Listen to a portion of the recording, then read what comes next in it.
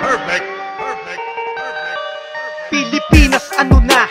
Grabe tang ina. Dahil sa init ng ulo, tinumba ang mag-ina. San pa kami pupunta? San mang hihingi ng tulong kung mismong isa sa mga sumbungan ang nagpaugong ng putok ng barel na para lang sa kriminal? Simpleng alitan, lumaki hanggang sa maging kritikal. Oo, laseng nandun na tayo, maingay at masagot, pero di yun rason para ang buhay nila'y malagot. Nakakatakot, wala nang takot ang mga salot sa liwanag o dilim. San mang sulok ay umaabot ang kampo ng kadiliman. Alagad ni Satanas, huwag kang umasang may pag-asang matanggap na sa taas. Walang kapatawaran ang ginawa mo, kahit sabihin mo pa nga na tao ka lang at ikay napuno, kaya mo nagawa to. Hindi ka tao sa harap ng anak mo at pamilya ng tao. Nagawa mo kumuha ng buhay na parang namamaril ka lang ng aso. Yan ang gusto mong gayahin ng iyong anak, yung pag meron siyang kaaway, hindi pwedeng walang sapak. Imbis na dapat ikaw ang magpapatigil ng talak, ikaw pa mismong dahilan sa dugo na pumatak.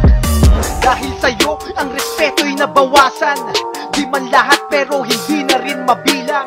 Ang tulad mong dapat nga ay aming sumbungan, pero bakit parang kayo pa ang kalaban?